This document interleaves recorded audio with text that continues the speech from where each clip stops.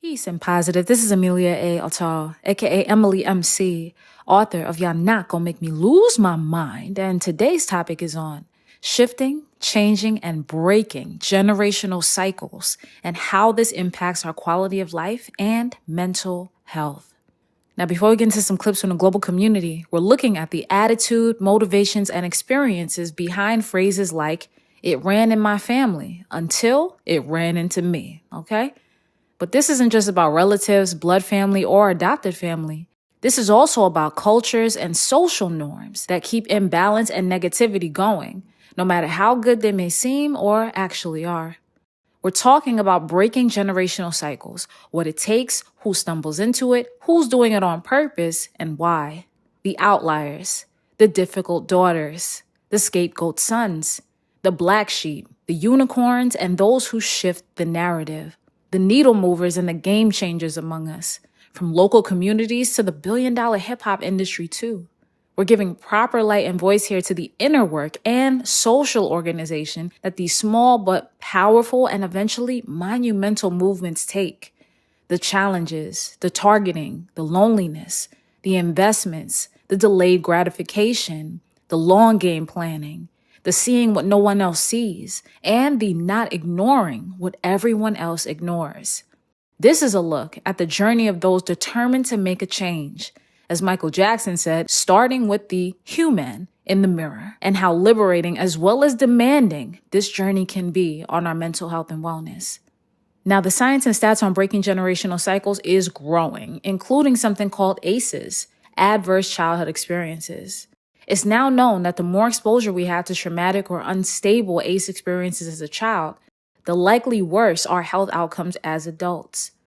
Popularized by prominent pediatrician and California's first Surgeon General, Dr. Nadine Burke Harris, millions have tuned into her influential 2015 TED Talk titled How Childhood Trauma Affects Health Across a Lifetime, and her book, The Deepest Well, where she proved that abuse, neglect, and growing up in a home with substance abuse or mental health problems can trigger, quote, toxic stress that alters the developing brains, hormonal systems, and immune systems of children. This increases their lifetime risk for serious diseases like heart disease, lung cancer, and depression. But hold up, let's take that a step further, because according to a 2025 BMC psychology study titled Impact of Intergenerational Trauma on Second-Generation Descendants, a systematic review, quote, collective traumas such as war, genocide, natural disasters, and systemic oppression have profound and lasting effects, not only on survivors, but also on their descendants. The findings revealed that physiological changes in stress regulation and brain structure suggest biological embedding of trauma across generations. Socially, intergenerational trauma shaped relationships and identity, often fostering mistrust and emotional restraint. Psychologically, descendants showed elevated distress and trauma symptoms, with parental PTSD as a key predictor, end quote. Now, when it comes to stopping this horrible game of musical chairs, there's that part about actions, planning, and creating new paths that breaks the cycle. For example, creating new and better realities through money and wealth, like we talked about in the Day 13 episode, Do Money and Wealth Solve Mental Health? Sometimes the new paths are behavioral, as in we're breaking the cycle of a certain behavior or thought process. We're breaking old habits by creating new and better ones, treating ourselves and others with more respect, and exercising more control over our emotions. Sometimes it's a decision to finally face the cycle and do something about it externally, or address the environment keeping it alive. Whether naming boundaries, wrestling with experiences, or coming to a peace and flow state above them, intentional, inspired action can bring about much needed financial, material, social, or locational change. And other times, like we talked about in the Day 10 episode on being yourself, self-esteem, and the authenticity paradox, our inner work and commitment to truth and self is what makes the difference in quality of life and a positive point of attraction. This is where the embodying of cycle breaking is usually required, and in some cases, is the only thing that's required. For example, when it comes to women in hip-hop being their true selves and operating in the highest of their true expressions and abilities, sometimes being ourselves is breaking the cycles. Now, I know what some of y'all might be thinking on that note, especially regarding being a girl, woman, or outlier in very repetitive, hardened, calcified, deeply set in their ways, or male-dominated spaces. That sometimes being yourself doesn't seem like enough, or straight up isn't, to make a meaningful change. And that without the traditional supports and visibility for greater access, respect, power, and likability, the cycles only continue. Trust and believe, I can dig it. Because I've been in these trenches myself. With a shovel, you dig? Yet now we have an abundance of examples which speak to the contrary that deserve just as much highlight and digestion from our inspiration antenna. We now have so many muses in local and global history who have made it, who did push through, ease through, or make their best enough. We're also living in a time of global shifts, of massive generational changes, whereby quality of life and possibilities have changed much more than they ever have in single lifetimes. More things are possible now than ever. And it's on us to decide what we're going to do with this opportunity of living. Sidebar, on that note of all things possible, let's remember our all-important tool of discern, as covered in the Day 27 episode on discern, gut feelings, and self-determination. It's especially critical that cycle breakers prioritize wisdom, clarity, and protecting your energy. Digressing. The 31 Days of Hip Hop Mental Health series is starting to wrap up here, and you might have noticed that some of the episodes have gotten more layered and complex. That's partially because often the farther we get on our journeys, the more layered and complex the challenges and opportunities may seem. However, having your mental health toolbox sharp, shined, and ready is and will always be our best defense, offense, and special teams. It will also sometimes magically make challenges seem easier, more manageable, or less traumatic. Not because they are, but because we're better and more equipped to process and transmute the strain, disruption, or trauma. Now, there's a lot of talk about how technology, everything electronic, and social media has conditioned more generations to be afraid of and uncomfortable with friction. That a frictionless society and people unable to deal with discomfort is also not healthy and creating generational imbalances. And there's a lot of truth in that. However, I also send a soothing note to my cycle breakers out there that in many cases have been living a life of discomfort. Raised by parents who were raised without certain comforts and or raised in chronically uncomfortable communities. That can mean anything from not having clean water or healthy food, to the absence of emotional availability, to not having any social safety nets, to living in politically reinforced war zones, poverty, and abuse. Let's remember that shifting a cycle, if not breaking it, is challenging, hard, uncomfortable work. It can be in facing fears and self-doubts, having hard conversations, listening to other points of view, the shock of learning truths and then correcting what we thought was right. It can be in escaping old ways of life and then creating new realities brick by brick. Often this means walking away from what we discern is beyond repair. Sometimes it's all these things in the space of 1 or a few years. Sometimes this is a lifetime. Sometimes this was started by one person and cemented by the next. But just as sweat, toil, and stress can be steep, so can the victories be sweet.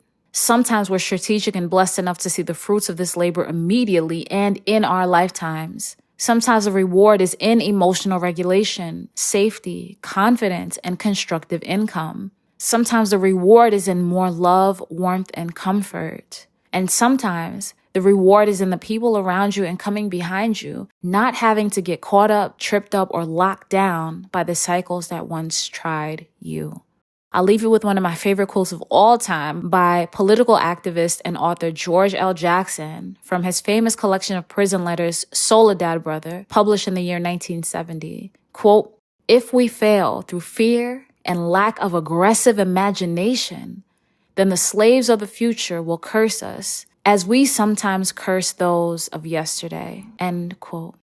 Indeed, Brother George. Indeed. And if you're following along with my original book, this is the Day 29 quote from page 143. And based on today's topic, here is prompt number 30. Thank you all for your support of Y'all Not Gonna Make Me Lose My Mind. And without further ado, let's roll those clips and hear from the global community about breaking generational cycles, reclaiming mental health, and redefining quality of life. Peace. Take one step forward if your dad has ever taken you to school. Take one step forward if your dad has ever made you breakfast. Take one step forward if your dad has ever taken you to the park. Take one step forward if your dad has ever told you he loves you. Take one step forward if your dad has ever told you he's proud of you. Take one step forward if your dad has ever had a pillow fight with you. And take one step forward if your dad has ever went on a vacation with you. Now turn around.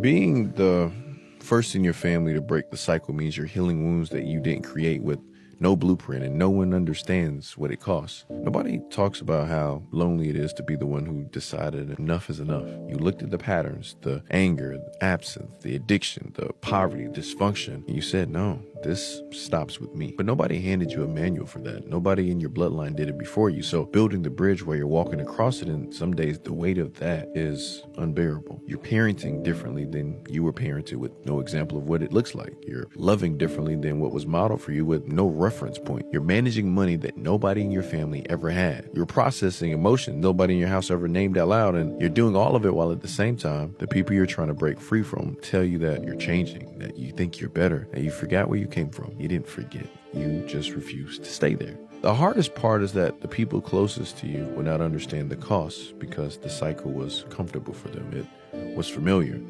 And your healing looks like betrayal to people who are still committed to pattern. You no longer fully belong to where you came from, but you don't fully belong to where you're building towards. You're existing in the middle. And nobody warned you that breaking the cycle would feel this lonely. But your children will not carry what you carry. The loneliness you feel right now is the price of a freedom that everyone after you gets to inherit for free. You're not just building a life, you're building a lineage. And that has always been expensive work.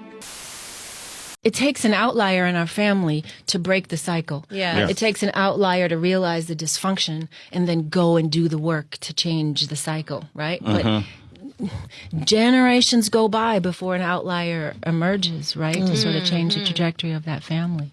Would you be considered an outlier in your real family? Absolutely. Really? How so?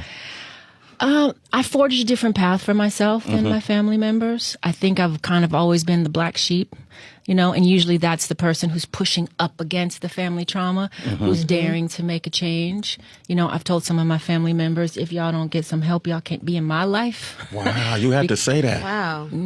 Yeah, and unfortunately, some of them have chosen to stay estranged. But when I had my daughter, I was very clear that things were going to be different for her. And that's when I stood up. Yeah. I could never do it for myself. I could never look at my family and say, this isn't right. This isn't working. But when I became a mother, it was now, oh no, this craziness is not going to be around my children. There you go. So if you guys don't log in and get the help and we start dealing with this, then unfortunately we're family, but we're going to have to part ways. Yeah. And that's what has happened. That child who breaks the family cycle typically becomes the villain. The moment you stop participating in your family's dysfunction, you suddenly become the villain for some reason. Now you bougie. Now you think you better than everybody else. Now you change. But what they don't tell you is this. Breaking the cycle will make the people who refuse to break it uncomfortable, because your discipline exposes their excuses. Your boundaries will expose their entitlement. I remember one time I was talking to my brother. I was giving him some game, just trying to show him that he could move a little smarter in life. He said, "You still Lil Rod," trying to remind me of who I used to be, trying to pull me back down to the version of me that he was comfortable with. Because when you evolve, some people in your own family feel like you're abandoning the old version of yourself. Then I heard from another sibling that my own mother be calling me bougie because I don't live the way we used to live, because I set boundaries, because I refuse to participate in the chaos and the drama. Here's another thing people don't talk about. Family will always ask you for favors when they feel like you got it. They're gonna ask for money, they're gonna ask to live at your place, they're gonna ask for help. But the moment you tell them no, that's when they're gonna tell you how they really feel about you. That's when the name calling start. that's when the disrespect come out. That's when you find out they never respected your boundaries in the first place. See, breaking toxic family cycles is lonely because the people who benefit from the cycle are the same people that's gonna get mad when you stop participating in it. They want to access the old version of you. When you operate outside of that, you can clearly see the toxicity and all the drama that goes on. If you're the one in your family that's trying to do better, trying to think better, trying to live different, don't be surprised when they call you bougie. Don't be surprised when they say you change. You're supposed to change. And to be real, sometimes the only way to break a generational cycle is to become a villain in the story that they tell about you. Just because they're family does not mean that you're going to like how they are or how they think. And that is okay. Personally, I don't believe in the whole notion that blood is thicker than water and that you must be loyal to your family no matter what because they're family. I don't believe in that. Sometimes people tend to put the title above everything and they don't even realize that they're tolerating disrespect and that they're making excuses for people who are affecting their mental health, right? Well, you know, that's just aunt such and such. That's my mom. That's my dad. That's just how they are, right? And you end up just tolerating it because of the title that they have in your life. So if you were to remove the title that they have, ask yourself, would this person be the type of person I would hang out with? Is this somebody that I would actually spend time with if they wasn't a family member? You got to start just looking at them as people and not by the title that they have in your life, right? Now, I'm not saying for you to be disrespectful. What I'm saying is, they're just people too. They have their own brain, their own mind, their own way of thinking, their own upbringing, their own pain, their own traumas, their own ideologies. So just because they're family doesn't mean that you're going to automatically like how they are or how they think or do things. Sometimes you have to step outside of your family to create that like-minded community that you want for yourself. And again, it doesn't mean that you have to be disrespectful. It's just, hey, I got to distance myself from y'all. I got to put some boundaries in place, right? I just don't like how you guys are, or I don't like how you guys think, or maybe they're affecting your mental health. And you just got to do what you got to do. Some mothers never see their daughters. They see unfinished business. Let's think about this. You thought she was reacting to you. Sometimes she was reacting to her own childhood, to the sister who competed with her, to the mother who criticized her, the father who ignored her, the rejection she never healed. One pattern keeps showing up in the people that I work with. Trauma doesn't just pass through families. It changes identity before it changes behavior. Grandmother, mother, daughter, generation after generation. Nobody realizes they're handing down their pain. They call it, this is just how our family is. Your mother criticizes your appearance because she spent years being compared to her sister. She competes with your success because nobody celebrated hers. She struggles to comfort you because nobody ever comforted her. And without realizing it, you become the safest place for emotions she never processed.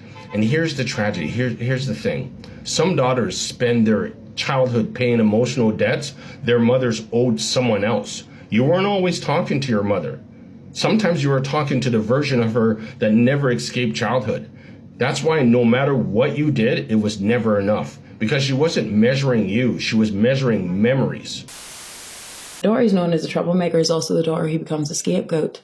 Because even that daughter doesn't even realize it yet, but she's about to break generations of cycles. And people don't like it. Growing up, she's sensitive. In fact, she's highly sensitive. But she's called too sensitive.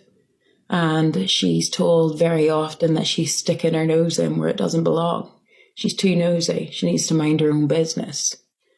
She's not easy and straightforward to parent. She's a lot because she's not dumb and she doesn't like to play dumb. She's the first female in a very long line of females to see it and to actually speak it. The cycle breaker feels too deeply.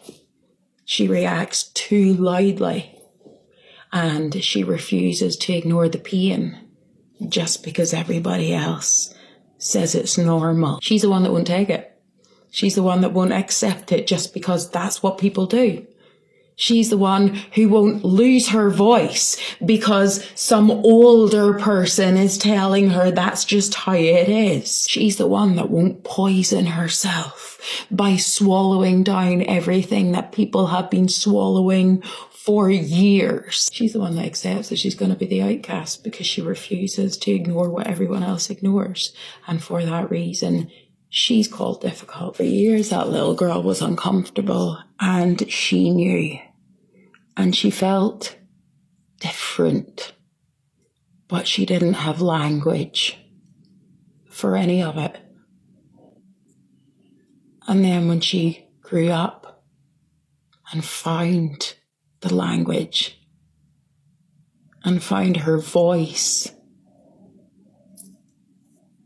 she was the black sheep. Cycle breakers have a voice, and they have opinions, and they speak where they're not supposed to speak, and they acknowledge where they're supposed to pretend that they don't see, because cycle breakers have a voice that is required to threaten the silence that dysfunctional patterns depend on. A cycle breaker who heals will feel alone, because by default, she can't feel comfortable fitting inside a system that is unhealthy and broken. She'll ask herself 1,000,001 times if she was the problem. She'll doubt herself over and over again, but her intuition will always bring her back to the truth.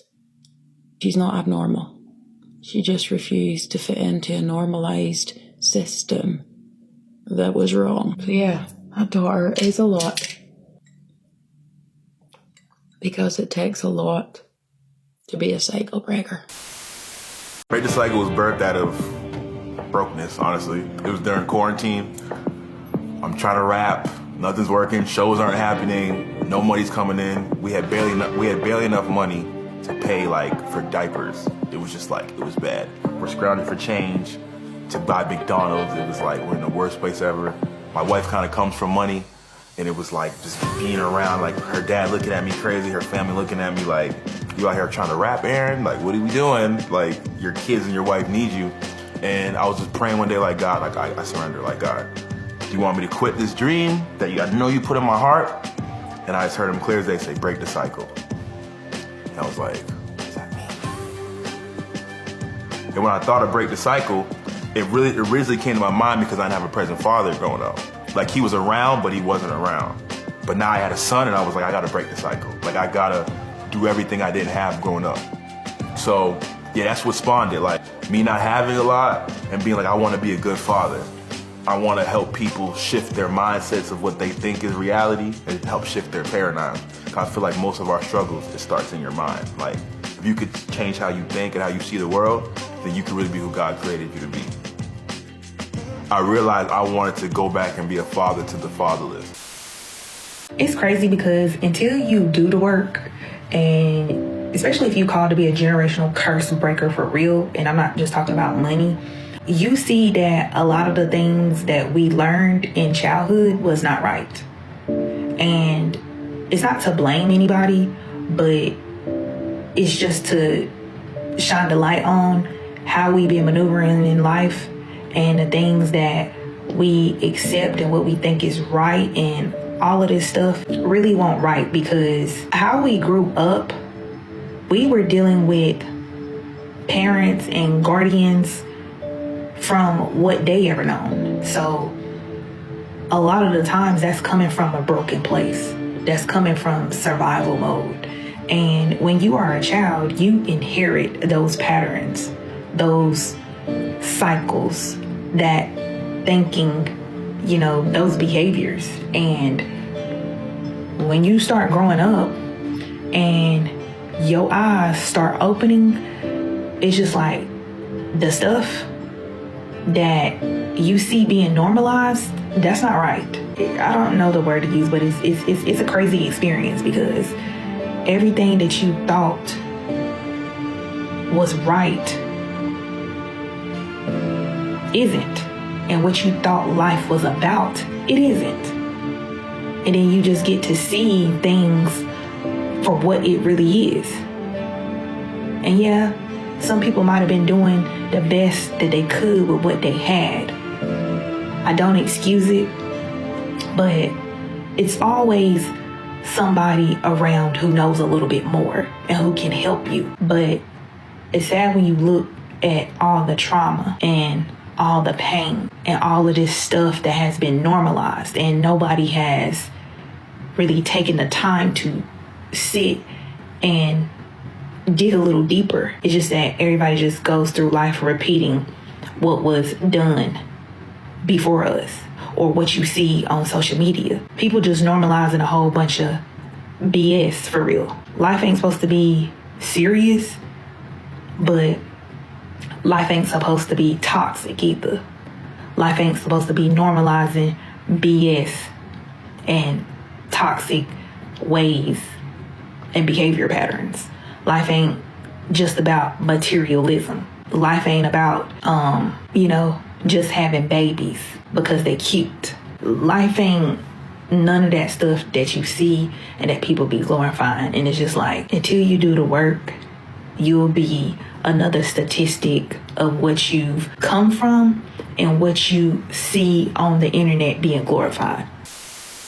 5 years of breaking this poverty mindset in 60 fucking seconds. Let's fucking do it. Number one, first thing you should fucking learn. Poverty isn't just about money. It's about mindset as well. You cannot manifest millions while thinking like a fucking clearance rack. Number two, I realized I wasn't fucking broke. I was fucking brainwashed. I was brainwashed to play small, to call struggle character, and to clap for other people's blessings while doubting my own. Number three, stop saying I can't fucking afford it and start saying, how can I make this shit happen? Translation, you get tired of window shopping your fucking dreams. Number four, I learned broke habits create broke cycles. You can't preach abundance while ordering DoorDash 6 times a fucking week and call it self-care. Number five, I stopped chasing fast money. Every time I said this is my year, God said, not with that spending fucking problem. So guess what? I started building skills. I started working to learn. And number six, I finally understood good people need to get rich. They need to get the power and the wealth before the scammers do. Because when dumb people get money, the world gets fucking dumber. Shouts out to Andrew Frizella. And last but not least, 5 years of breaking the poverty mindset taught me this. Money doesn't make you greedy. It gives you a fucking microphone. So make sure you've got something worth saying. Saved your ass overdraft fees, hustle culture burnout, and 3 crypto bro phases.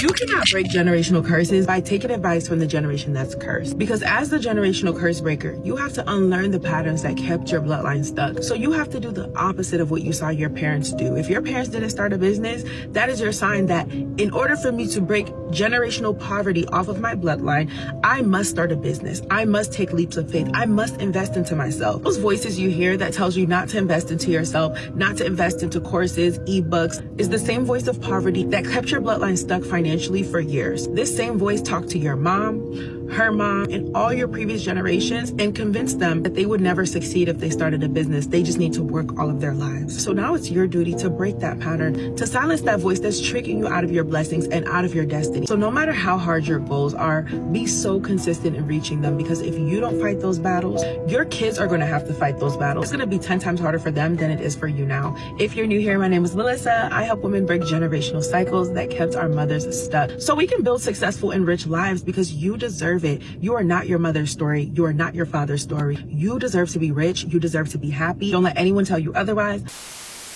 I'm going to help you break generational poverty in 60 seconds. Hi, my name is Niket. And I'm Mikey. Let's do it. Number one, stop being allergic to responsibility. No one is coming to save you. Your life, it is your fault now. Number two, cut your dopamine addiction. Cheap highs, it keeps you poor. Delay gratification or you will stay broke. Number three, learn a high value skill. The fastest way to get out of poverty is to learn a high value skills. Your ancestors and your grandparents, they worked really hard. You need to work really smart. Number four, quit emotionally spending. Quit emotionally spending. You're not treating yourself. You're sabotaging your whole entire lineage. Number five, stop asking poor people for advice. Per favore. Stop asking poor people for advice. Your circle determines your ceiling. You need to upgrade both as soon as possible. And if you need help with that, my book, How to Be a Fearless Networker, teaches you how to find a new friend, how to level up, and how to network fearlessly. Edit your circle ruthless. Number six, read every single day. Ignorance is the most expensive bill you will ever pay. People are like, oh my God, I don't like to read. We can tell you don't like to read. I can look at you and I can tell you don't like to read. You don't need to announce it. Read every single day. I read a book a week. Number 7, and the most imperative, master your nervous system. If you cannot regulate stress, you cannot hold on to wealth. Number 8, build discipline like it's a religion. Again, build discipline like it's a religion. Motivation is for losers. It's for amateurs. Consistency is what builds empires. You think I want to be here every single day, 20 hours a day? No, but I'm disciplined. Number 9, learn how to sell. If you learn how to sell, you will never starve. Find anything and learn how to sell. Money flows influence, and closed mouths don't get fed. And last but not least, stop playing the victim. I loathe, and I mean loathe, people who play victim. Stop playing the victim in your life. The moment you stop playing victim and you stop making excuses, guess what? Generational wealth will start building through you. Your ancestors suffered way too much for you to be mediocre in this life. Be the one who breaks generational poverty or the one who continues it. Your choice. I believe in you, and I pray you always believe in yourself. Stay fabulous. Bye-bye. If you want to get out of poverty, you have to exit the poverty ecosystem. I'm the first person in my family to break the cycle of poverty, and I still have family that's in it, and it's because they're stuck inside the poverty ecosystem. So what is it? It's an understanding that poverty isn't just about not having a lot of money. It's about all the other factors that are sometimes out of our control that are constantly feeding into one another and can keep a person stuck in poverty. It's the biological and physiological changes that we go through because of the stress and anxiety that poverty brings. It's the environment we live in, the housing, the neighborhoods, the schools, which shape our understanding of the world and what we think is possible for ourselves. It's the social systems, the people that you're constantly talking to on a regular basis and forming relationships with, and the institutions and resources that are available to you. All of those things are interconnected and feed into one another to keep a person stuck in their current situation. So how do you get out of it? First and foremost is awareness. Be aware that the poverty ecosystem exists and how it's impacting your daily decisions. The second thing is the most important. It's education. It doesn't have to be a formal degree, although that's going to give you the best return. It could be trade school, a technical program. Is your job offering any classes? Is there a free class at the library that you can take? Is there a book on a skill that you can read and implement and practice so that you can have better opportunities? Anything that's going to increase your knowledge and skill set to give you better employment and income streams. The third thing is especially important for young people or parents to young people, and that's temporary exits from the ecosystem. Putting young people into sports, clubs, after school activities, summer programs, mentorship. This is going to change their mindset and change their understanding of what's possible to them. It's going to give them more opportunities. It's going to give them more resources that they otherwise would not have had. Death Row, Murder Inc., No Limit, Rap A Lot, Rockefeller. Suge had came up with this idea. We need to cut out the middleman. We wanted to create our own black-owned distribution company. So nobody knew about the black distribution situation we were setting up for the industry until we had a major hip-hop summit. So why is music so important? It's no you. If you get sick, your ass out. It's no retirement, man. There's no dinner. Suge is brilliant. If you have a budget, Nori has a budget with Def Jam of $1 million. So now it's $1.1 million. Def Jam cuts $100,000. Very smart. But Nori has to recoup 1.1. No sooner after that summit, he went to New York. Come to find out. When I say independent, I'm not saying it like it's fuck the label. I'm saying it like I'm trying to figure out how to go get what I'm worth. You feel what I'm saying? But y'all gotta respect it. When you see me go to London, I'm doing that out of my own pocket, bro. When you see me go to Atlanta, when you see me, when Meek and them give me the feature, I call them, I'm trying to get the video. If they available right now, I jump out the bed, I put my shoes on, and I run to it. You feel me? Like, this shit ain't like some machine where somebody connects some dots for me. Like, no, nigga, I don't sleep, bro. I figured this shit out. Why? Because I don't have the luxury of being able to be like, oh, it's cool. I'm going to just call my A&R and they going to figure it out for me. Or, you feel me? They putting this play together like, no, everything you see me doing, that's me. That's my team. That shit coming out of my pocket. Ain't no big homie dropping it on me. No, this shit is coming from me. So it's just like, I want the people to understand that and respect it because I need the support, nigga. I need it. I ain't gonna lie. I gotta support. There's no other way. I heard that, but I need them to know that it mattered to me. So when I see niggas say, oh, this shit got me through, or damn, when you doing this or when you doing that shit mean more to me than it might mean to the next nigga, because I'm really getting this shit out the mud. Nobody's giving me shit. And that come with so many sacrifices, bro.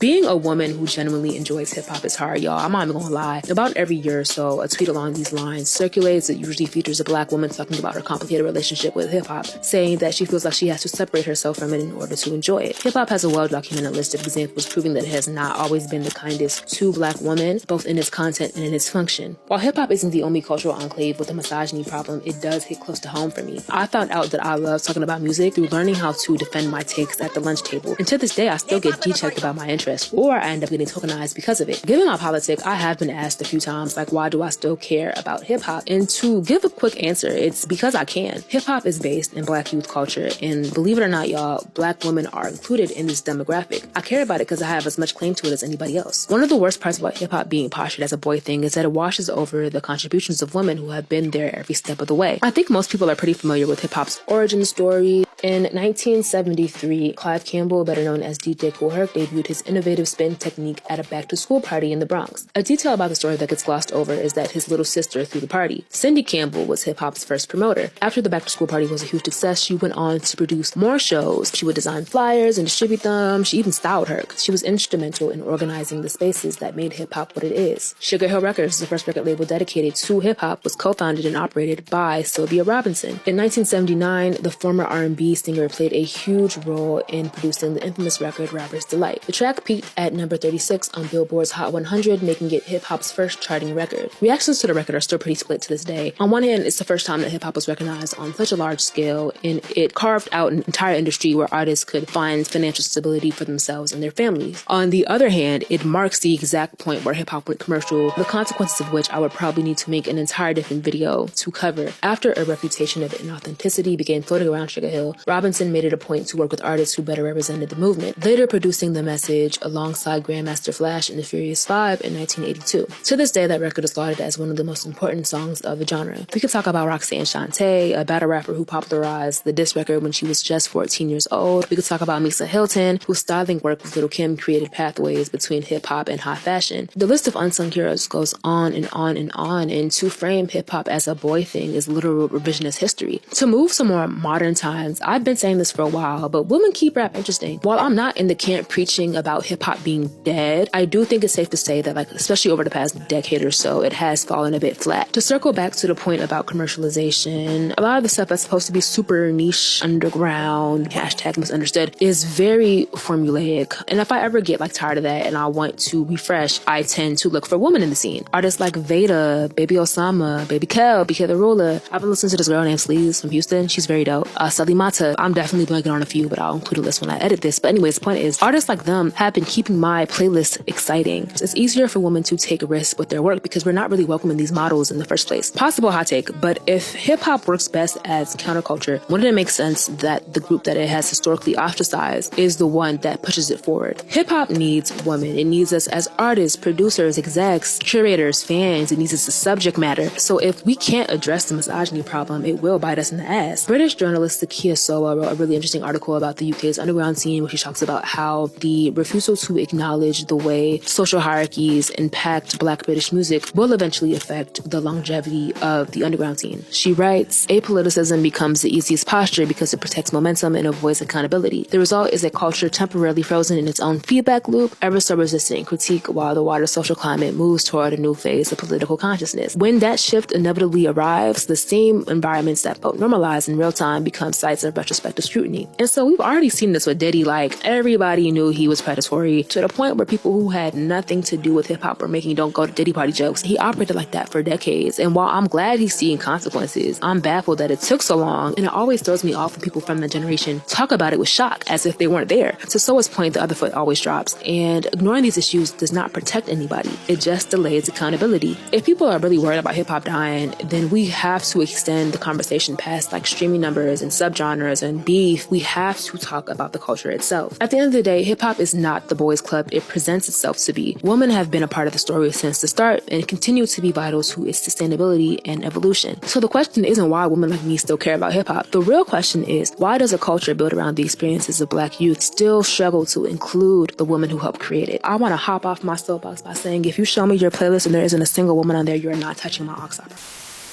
How come we ain't never had a long-term, commercially successful, conscious female rapper? We ain't never had that. In the history of hip-hop, we've never had a long-term, commercially successful, somewhat conscious, or at least non-decadent female rapper. And I know that's not women's fault, because I know those female rappers are out there, but for whatever reason, either just, the music industry don't let them in like that and don't allow them to be commercially successful, or, enough people just don't gravitate towards them. I don't know what it is, but I know it's not because they're not out there. We've had some moments. There's been some moments. There's been some singles. Back in the day, you had Queen Latifah, UNITY, ooh, ladies first, ladies first. People say Lauryn Hill, but that wasn't long running enough. The little bit that she did has carried her. You understand? But, for a long time in hip hop, we've had a lot of, it's been a lot of decadence and violence and sexuality and such coming from the dudes. Of course, we know that. But you've always had a Tribe Called Quest there. There's always been a Nas there, a Kendrick Lamar, a J. Cole, and a bunch of other rappers, man. There's a bunch of other rappers, a Kanye West, and so forth. They've always been there. They've always been floating around. But you've never had that. We have never had that from the females. You understand? We've gone through Lil' Kim's. We've gone through Nicki Minaj's. We've gone through Cardi B's, Megan Thee Stallion, especially this latest run of female rap being popular was all nasty shit. It was all nasty shit. Whatever, it is what it is. I ain't knocking it. But it was all nasty shit. There has yet to be a long-term, successful, commercially successful, somewhat conscious female rapper. Once again, not saying those female rappers ain't out there. I'm saying there's been no commercial run. They've never been a commercial staple. Why is that? Why is that? Why is that? No, because honestly, what can you say after someone disses your entire family lineage and then says, oh yeah, and by the way, you love children? What is there to say? You have to just be quiet at that point. And that's why I'm going to double down on this point. It's time for women to change the hip hop culture. It's time for women to start being conscious and intellectual in the words that they're saying over hip hop beats. I'm talking specifically to female rappers right now. Female rappers rise. Female rappers start putting out your music. Female rappers start being intellectual. That is how we are going to change things going forward. That is how we are going to kick all the out of the music industry once and for all and create a new industry focused on true art, focused on true creatives, where women get equal representation and get rewarded for their intellect, for their songwriting skills, for their production, for their engineering, for any part that they have in making a hip-hop song. And again, I never get on the internet and tell you guys to do something that I'm not already doing. So I'm already dropping music. I already have 4 singles out and I'm working on an EP, and the fucking theme for my EP, you guys are not ready for it. It's gonna take you to another level of consciousness, of intellect, and you're gonna be like, damn, this is the kind of music I've been wanting to hear from a woman. Yeah, baby, I'm doing it. And I want to motivate you guys to do it too. It's hard, it's expensive, but we need it. We need your voice. We need your intellect. We need your conscious spirit. We need your kind energy. We need your production skills. We need your vocals. We need all of that, okay? These disgusting had a chokehold on the music industry, and so many female rappers that are talented, that are conscious, that are intellectual have been kicked out of the industry and forced to do other jobs that they don't find passion in just to survive, simply because they refused to be used, to let their bodies be used by these disgusting creeps in order to advance their music career. And this is the exact time where we are seeing that shift. So I'm calling on all women. You have the power now. You don't need a label. You don't need $1 million. You don't need an advance. All you need is a distro kid. All you need is a couple of people who are going to shoot some content for you. Maybe a cute outfit. Maybe you can go on YouTube and learn how to produce and learn how to engineer yourself, save up money to try to buy equipment and whatever, but do it. We need it. We need it now. Not to mention, if you actually care about peace sign and you want a free peace sign, then you have to start making music about it. You have to say it in your songs. Because for the longest time, we haven't been able to say what we truly want to say on these songs because the music industry is run by... We know this. We know this. Hollywood and the music industry is run by... Okay? And if you're signed to a label owned by a guy... He's not going to let you talk about peace sign and be an activist in your hip-hop music. No. You have to sing about twerking, you have to go get a BBL, and you have to continue the stupid rhetoric of this is what a female rapper is in order to get paid. And it's time to shift that. Now. Since the beginning, hip-hop has always been a tool to catalog historical events and express the ideas permeating through the people of that period. Sometimes the thoughts are partying, and sometimes the thoughts are getting down to the nitty-gritty and enforcing or trying to invoke radical change. But when it comes to discussion of conscious rappers, or just rappers in general, we often exclude female rappers. So I thought I'd go through some of my favorite female conscious rappers. Now you want to talk about revolutionary change. No Name has been that revolutionary since she started. With the world introduced to her by her album Telephone, which did touch on revolutionary topics, her latest project in 2023, Sundial, really expressed those thoughts in a more fleshed out sense. Not only has she been expressive through her music, she's also been expressive through her book club, which has gotten more and more people to read about not only important topics, but just read in general. Shout out No Name. It's always difficult being the example. But when you live up to the standard that you've set for yourself, you cement your legacy in the mythology of what you're representing. And in my opinion today, no other woman in hip-hop shows this more than Queen Latifah. From rapping at the Apollo to being your favorite black woman on holiday, Queen Latifah is always up for a challenge and always hits the ground running whenever need be. Not only did she start her journey when it was mostly a guy's sport, but she also had one of her first performances at Showtime at the Apollo, which has been notorious for its vocal crowd in both positive and negative ways.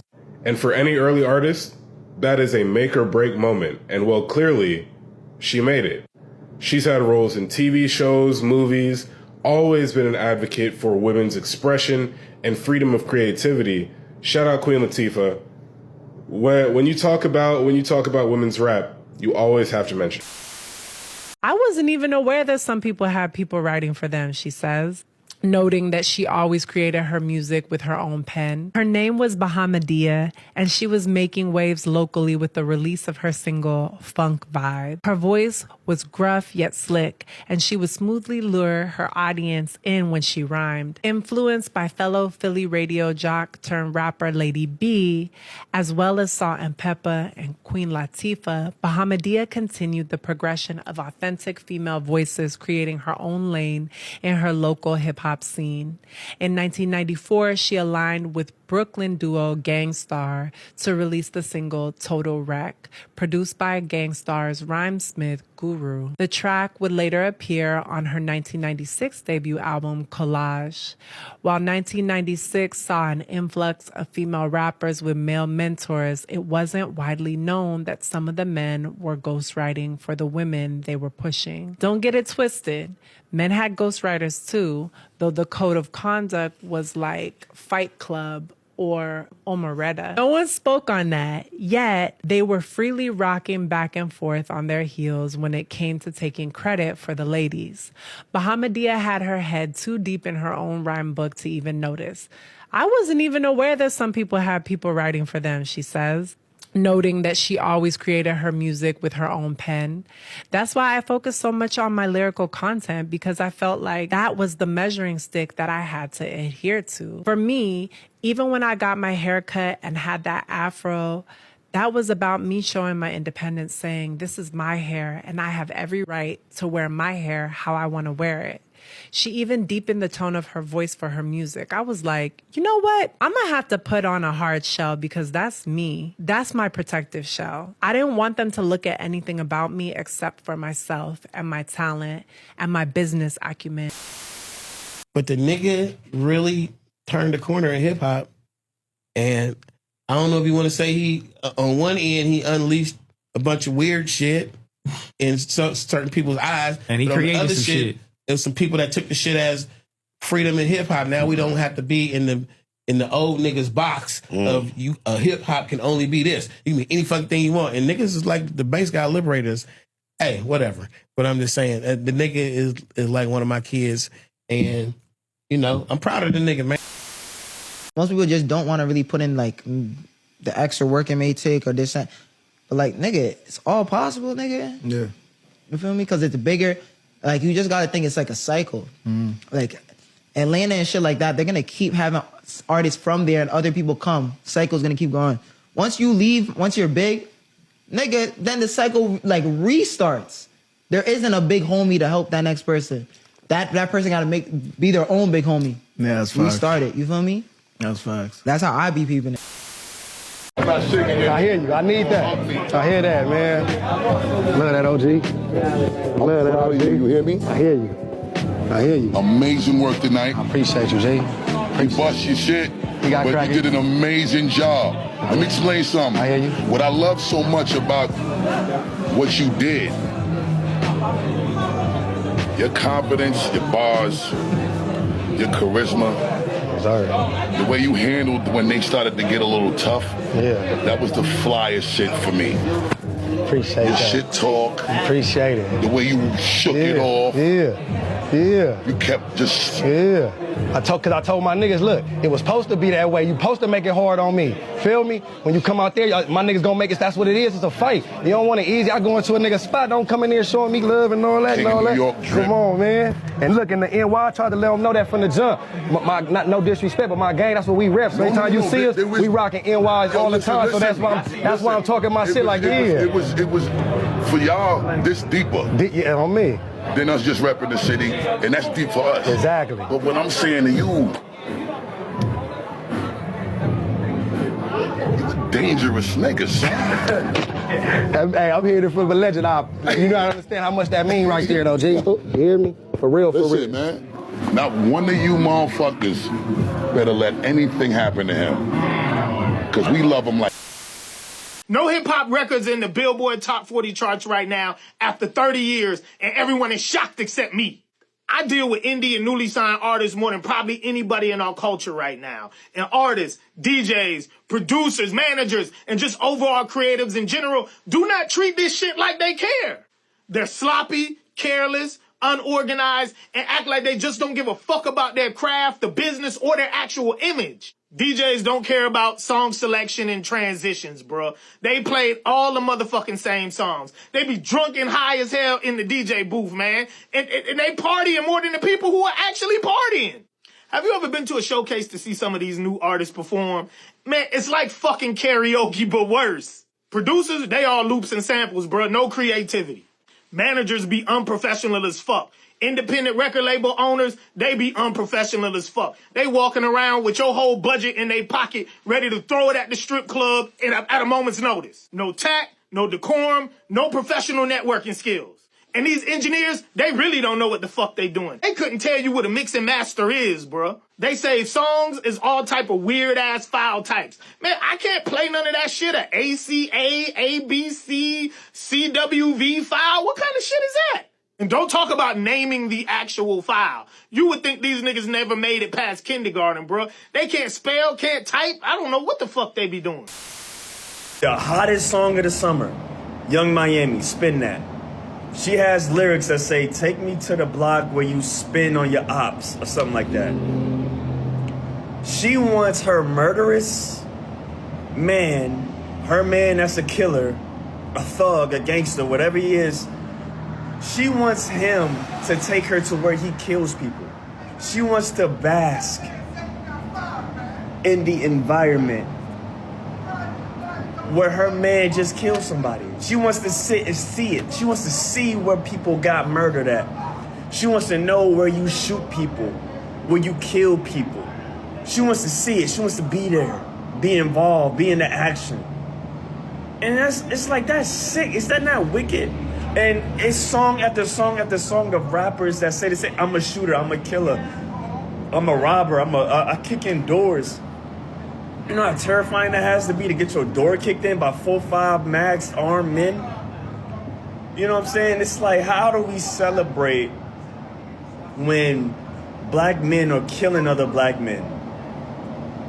But then when a black man dies by the hand of a white person, it's like, oh my gosh, this cannot be real life. We must understand how did this happen?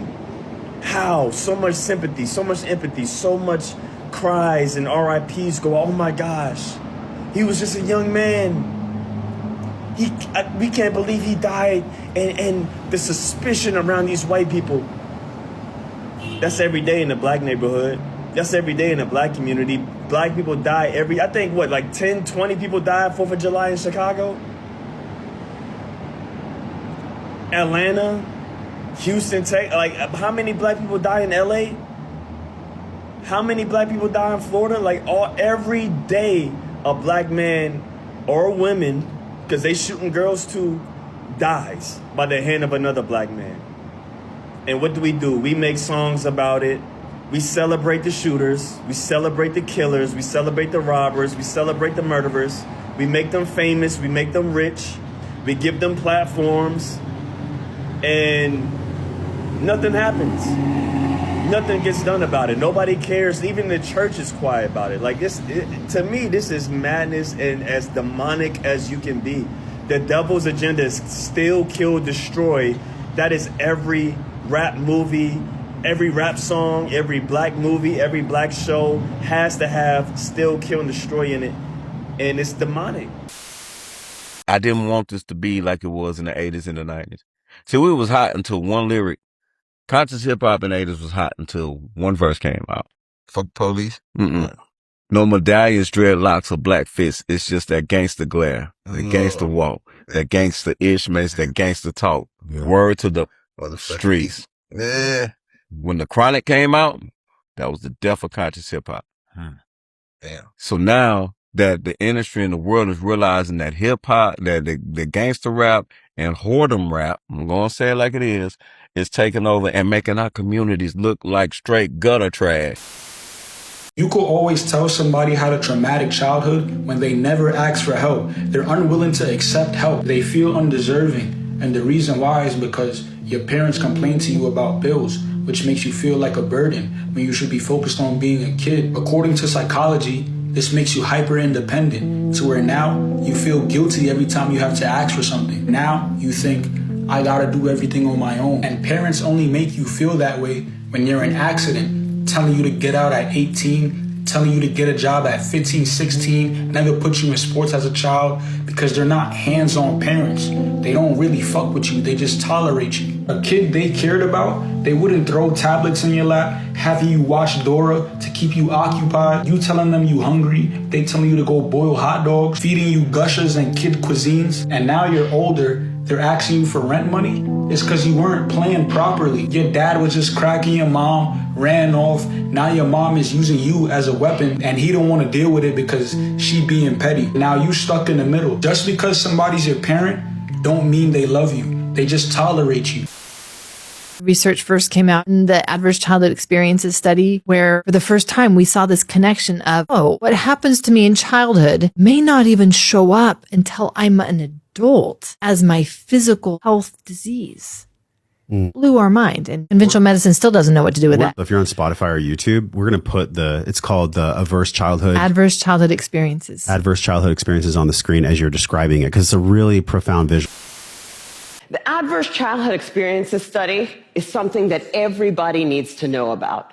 It was done by Dr. Vince Felitti at Kaiser and Dr. Bob Onda at the CDC. And together, they asked 17,500 adults about their history of exposure to what they called adverse childhood experiences, or ACEs. Those include physical, emotional, or sexual abuse, physical or emotional neglect, parental mental illness, substance dependence, incarceration, parental separation or divorce, or domestic violence. For every yes, you would get a point on your ACE score. And then what they did was they correlated these ACE scores against health outcomes. What they found was striking. Two things. Number one, ACEs are incredibly common. 67% of the population had at least one ACE, and 12.6%, 1 in 8, had 4 or more ACEs.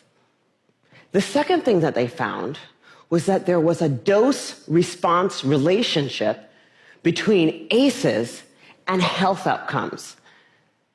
The higher your ACE score, the worse your health outcomes. For a person with an ACE score of 4 or more, their relative risk of chronic obstructive pulmonary disease was 2.5 times that of someone with an ACE score of 0. For hepatitis, it was also 2.5 times. For depression, it was 4.5 times. For suicidality, it was 12 times.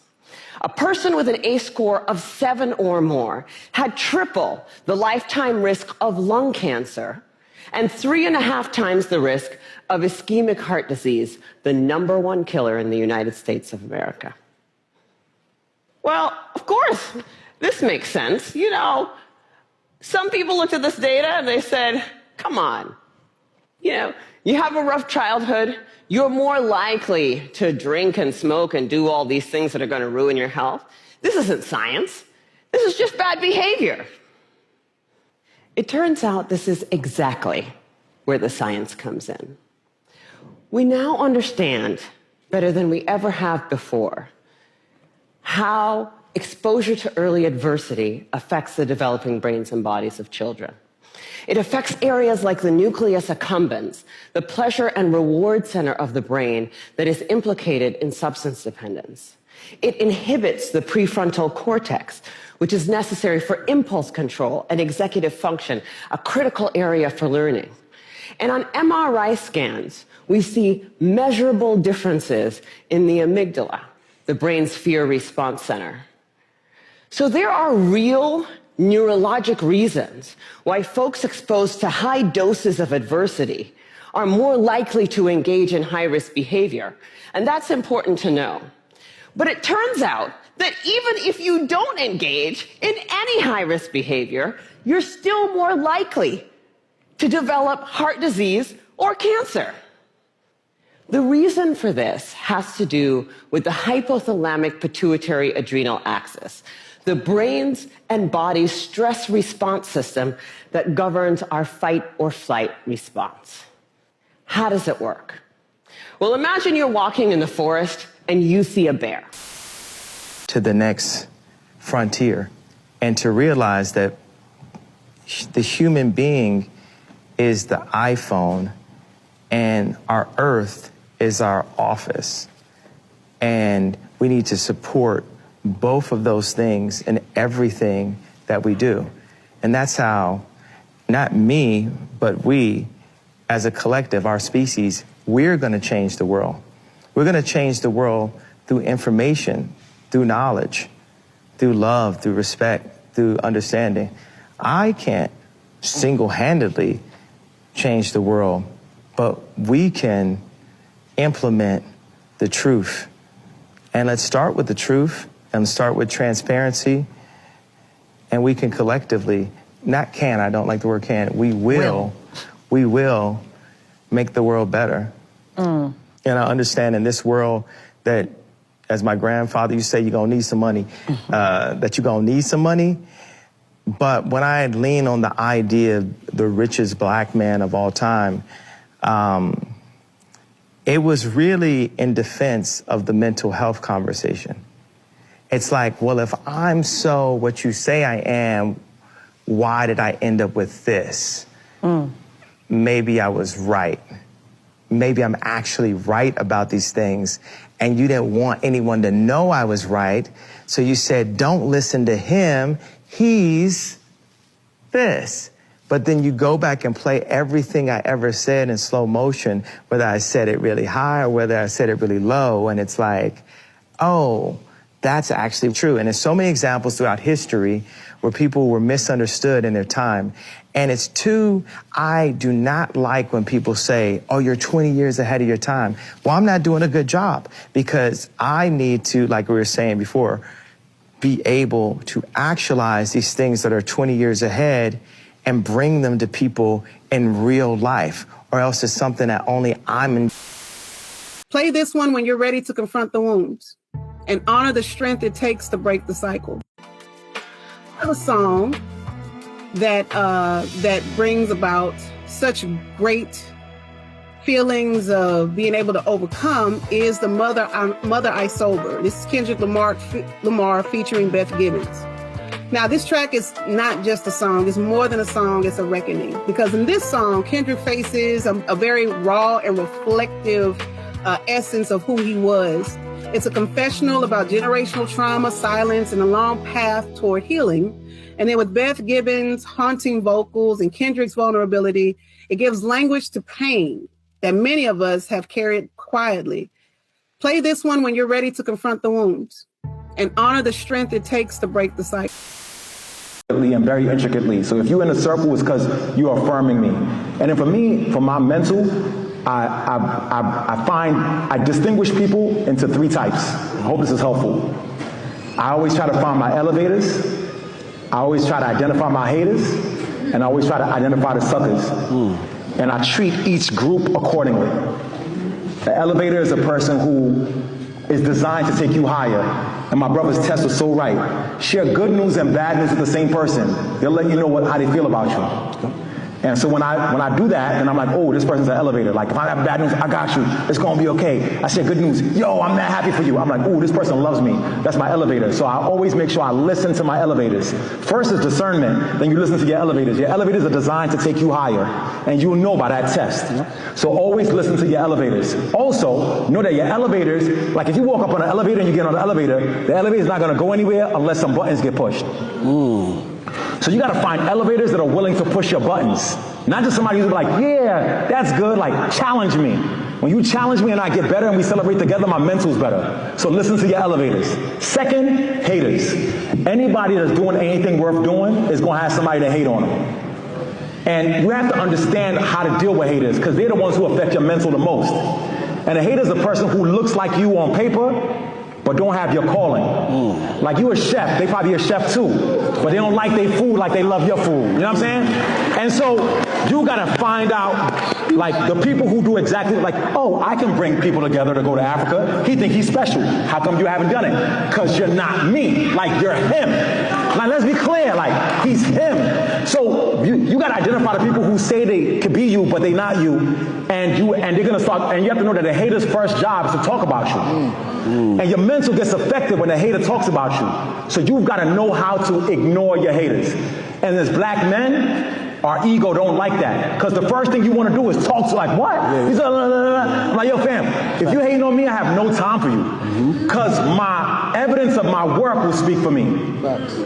Your food that you make gonna speak for you. Who cares what a other chef does? When somebody eats your food, they're like, yo, that's mad good. Then all of a sudden, what a hater got to say is different. You're right here. They right here. If you ever come to talk to them, you always come down to where they at. They never rise to where you at. So you have to also make sure that you ignore your haters and your mental will be better. Then the last is suckers. And they're the most important. And suckers are human beings who just inherently will find the worst in everything. There's a sucker in here right now. Like, I didn't even learn that for the panel.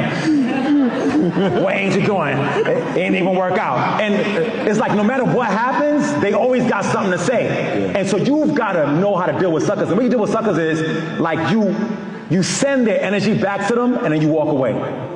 It's the only way to do it. And you have to distinguish between your elevators, haters, and suckers. So suckers be like, I ain't even learn nothing from the panel. Why they here? And you're like, maybe you didn't learn anything, I learned a whole lot, now I'm inspired. And you walk away.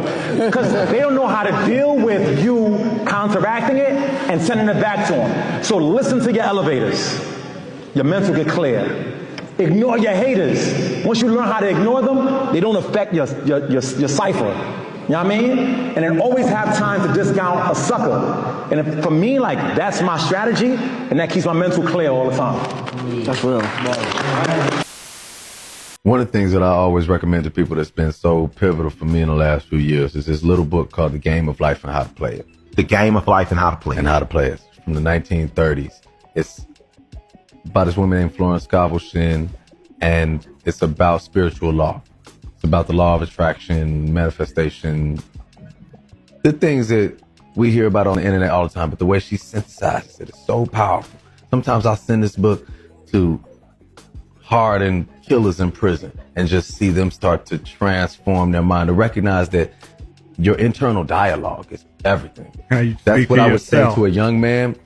I won't even get into nothing else, because I'll say you concern yourself with how you speak to yourself, with your internal dialogue, and you work every day, every night on programming that towards attracting the things you want in your life, you'll see things change. And reading a book like Game of Life, How to Play It, or even Joe Dispenza, Breaking the Habit of Being Yourself, that's about quantum physics in the same capacity. For a young man, if I had that 10 years before I did, I know I'd be in a different place today. And I know 10 years from now, I'll be in a different place than I am now, because I've started to recognize that, man, I'm not at the mercy of my mind. Like, I can make an impact on what I attract in my life and what exists in my life through my self-talk.